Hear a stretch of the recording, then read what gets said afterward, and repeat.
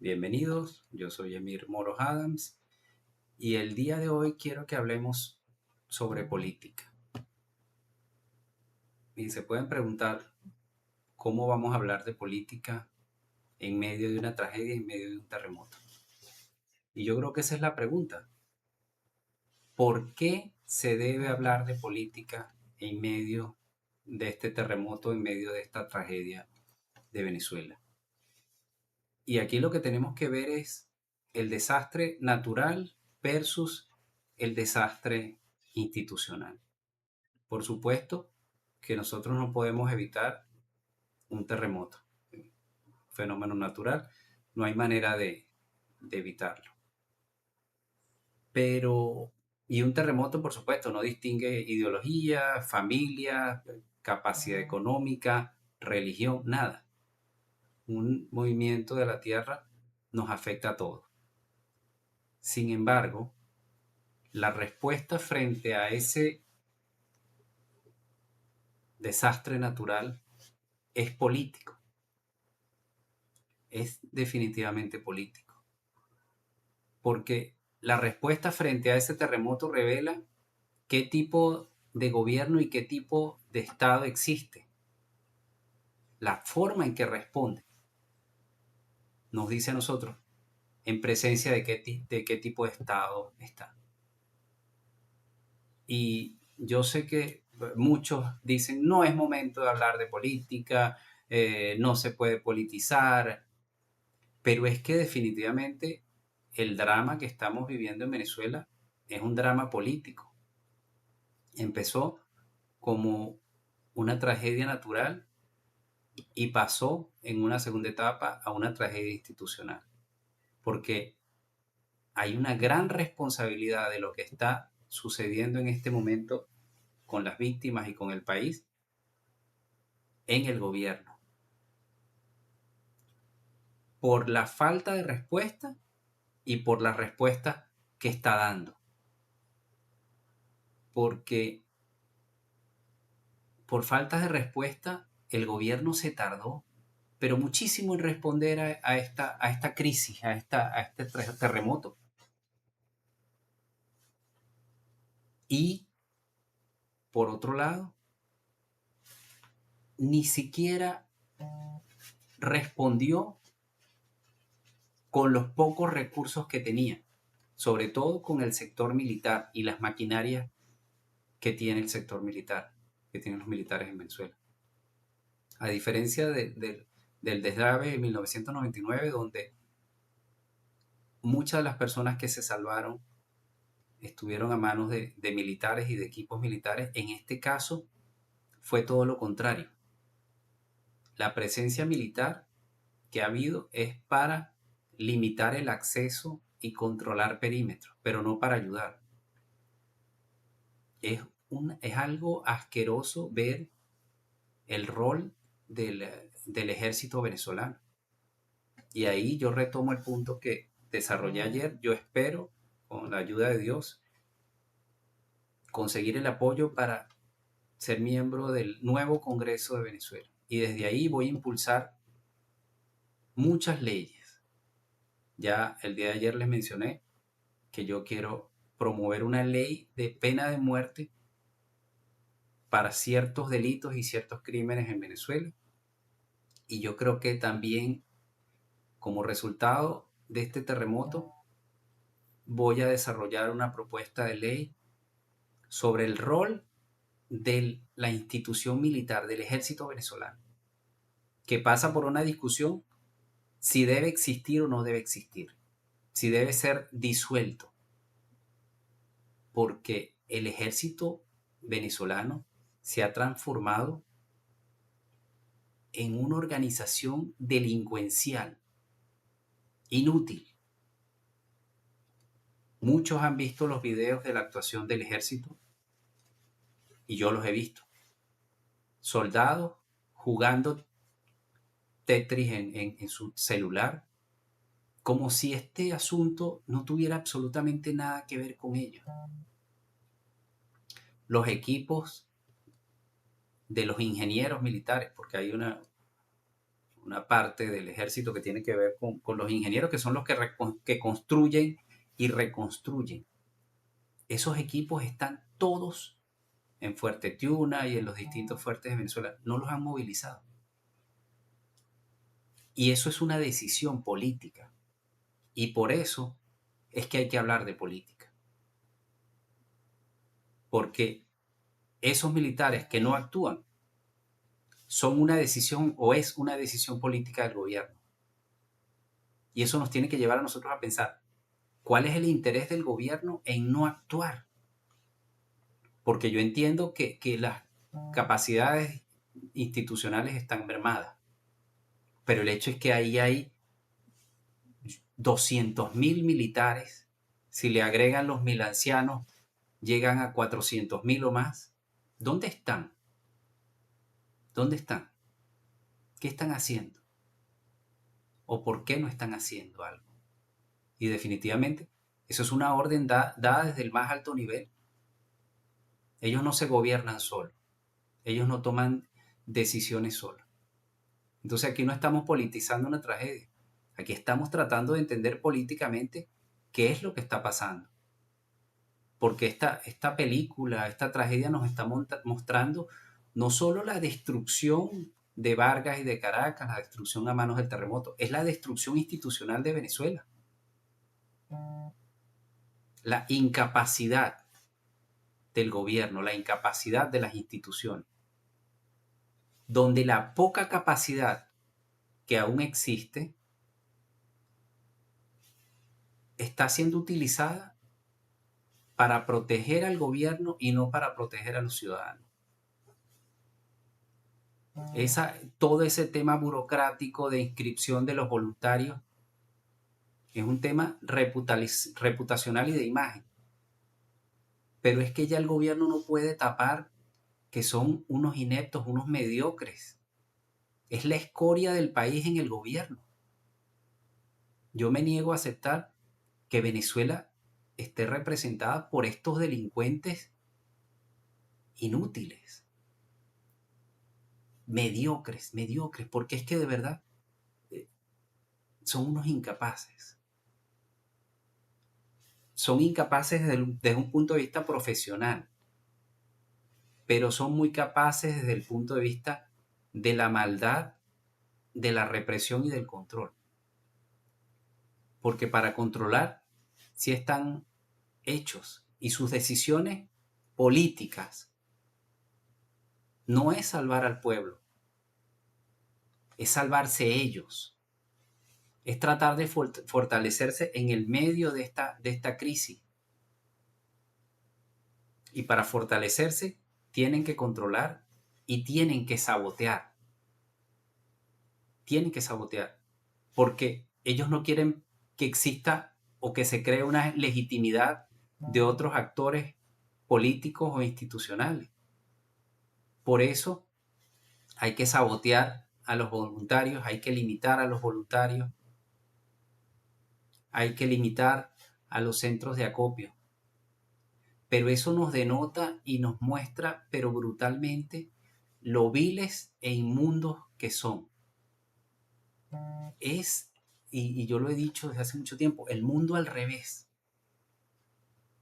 Un país debe estar gobernado por los más profesionales, por los más capaces. Venezuela está gobernado por la basura de la sociedad. La basura. La delincuencia, los criminales, los narcotraficantes, los mediocres. Eso es el gobierno de Venezuela.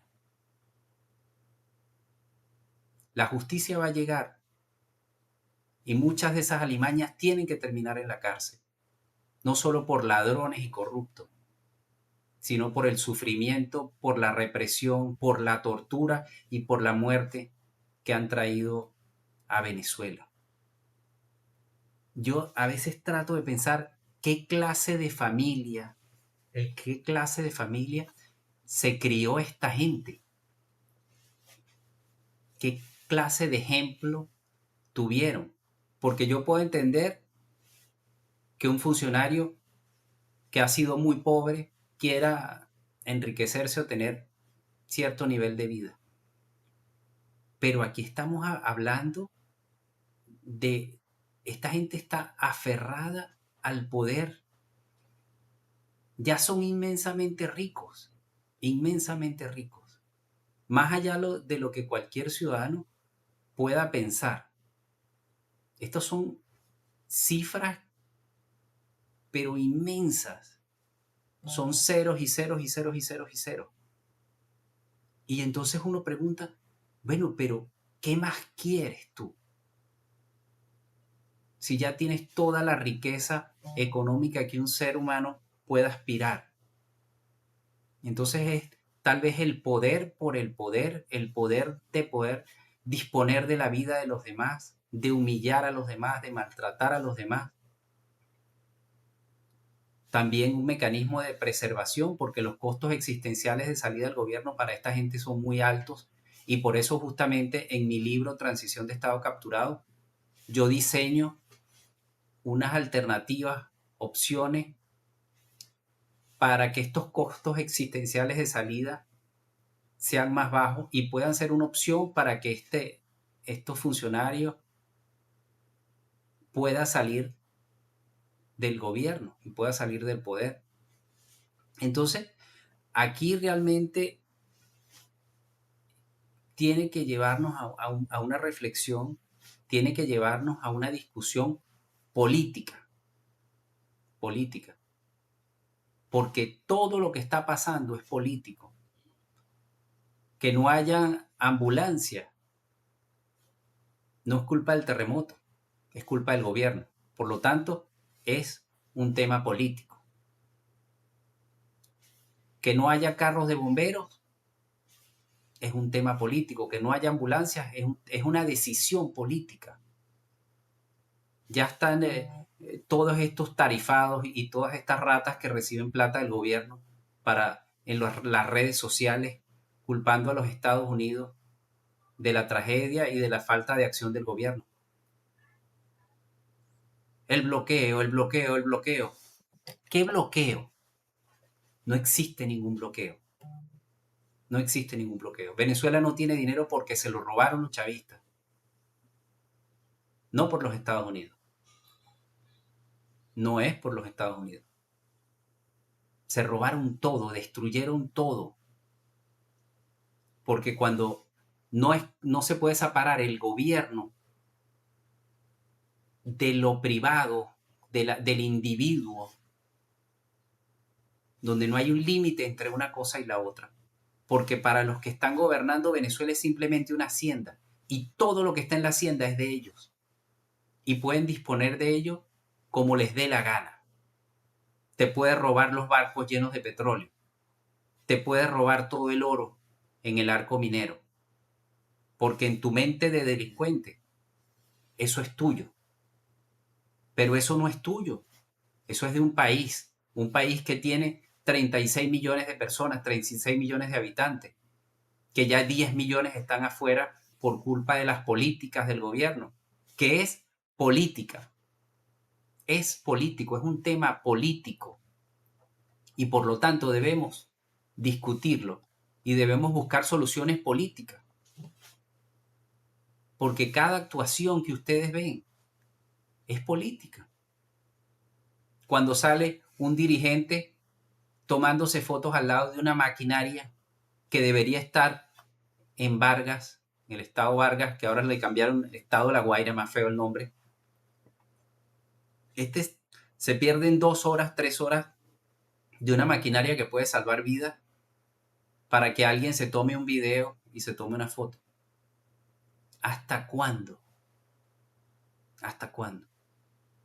Estos videos de verdad para mí son muy duros de hacer porque mi idea con este canal es enseñar o compartir el conocimiento que tengo sobre política y compartir también ese desarrollo teórico e intelectual que está presente en mi libro Transición de Estado Capturado, que es una contribución para que países en los cuales sus estados han sido capturados por un grupo de poder puedan salir del mismo y puedan reconstruirse. Y esa reconstrucción tiene que ver con la reconstrucción institucional. Y yo me he tomado el tiempo de tratar de explicar, de tratar de contactar, de tratar de promover para que la oposición política entienda que este tema no es electoral, sino institucional. Pero pareciera que no, la cabeza no les da, porque todos están centrados en las elecciones, las elecciones, las elecciones. No, señor, aquí la prioridad son las instituciones. Porque si ellos, luego del 3 de enero, hubiesen presionado, hubiesen presentado propuestas en los Estados Unidos, ya ciertas instituciones estarían funcionando. Y esas instituciones funcionando habrían salvado muchas vidas. Entonces aquí hay una responsabilidad también de la oposición. Estos muertos no son solo de los chavistas. Aquí hay una responsabilidad también de la oposición por no hacer su tarea. Porque también lo que hacen es tomarse fotos. Tomarse fotos. Afortunadamente algo han hecho con el tema de los centros de acopio. Pero aquí hay una labor que hacer en los Estados Unidos. Aquí hay una labor que hay que hacer en Washington. Es mostrar que no hay institucionalidad en Venezuela. Porque eso es lo que está mostrando este terremoto. Se acabaron las instituciones. Si yo tuviera la oportunidad de decirle a Marco Rubio, ¿qué esperas tú ganar en Venezuela cuando no hay instituciones? ¿Qué petróleo, qué oro, qué negocio puedes hacer tú en un país donde no hay capacidad institucional, donde las reglas no existen? Entonces pasa por ese interés egoísta de decirle, yo quiero que tú ganes dinero en Venezuela, yo quiero que tú generes riqueza en Venezuela, pero eso depende de que haya instituciones. Ayúdame a construir instituciones, ayúdame a descapturar las instituciones que están en manos del gobierno, como un requisito previo para las elecciones. Por supuesto que yo no aspiro que todas las instituciones estén descapturadas antes de las elecciones, pero es necesario que ciertas instituciones estén descapturadas. El CNE tiene que estar descapturado. El sistema judicial tiene que estar descapturado. El sector de los aparatos represivos del Estado tienen que estar descapturados. Tú no puedes tener un gobierno nuevo cuando tienes todo un grupo de delincuentes en la policía. Asesinos, ladrones, delincuentes, narcotraficantes. Esa basura tiene que ser eliminada de allí, tiene que ser sacada. Están los policías de otros tiempos que eran honestos. Si tú no tienes eso, apenas llegue el gobierno nuevo por el día de las elecciones, ¿qué vas a tener? Un saboteo y una posible anarquía en la calle.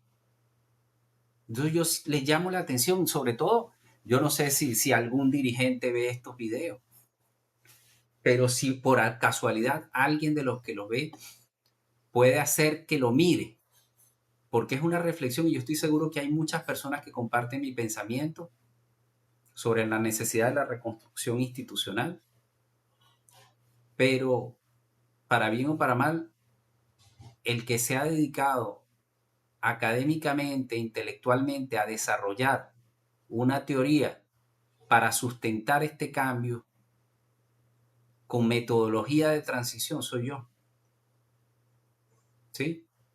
Y quiero compartirla. Yo no quiero méritos en esto.